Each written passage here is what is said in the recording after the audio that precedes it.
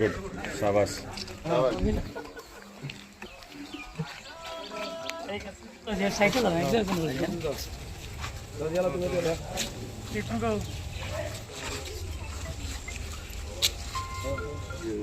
हाँ हम तो मिलता रहेगा, तो इधर ही मिलता रहेगा हमारा बाड़ी। উজ্জ্বল দৃষ্টান্ত আজকে দীর্ঘ 35 বছর বাংলাদেশের কুমিল্লার জেলে অবস্থান করছিল এই শাহজাহান বিলাস।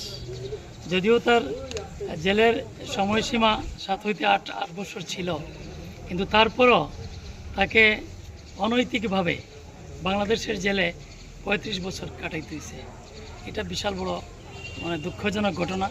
এরকম হয় না, মানবতা বিরোধী কাজ। তো কাজেই এরকম বাংলাদেশের জেলে অসংখ্য আমাদের ইন্ডিয়ান ভারতীয় বন্দী রয়েছেন।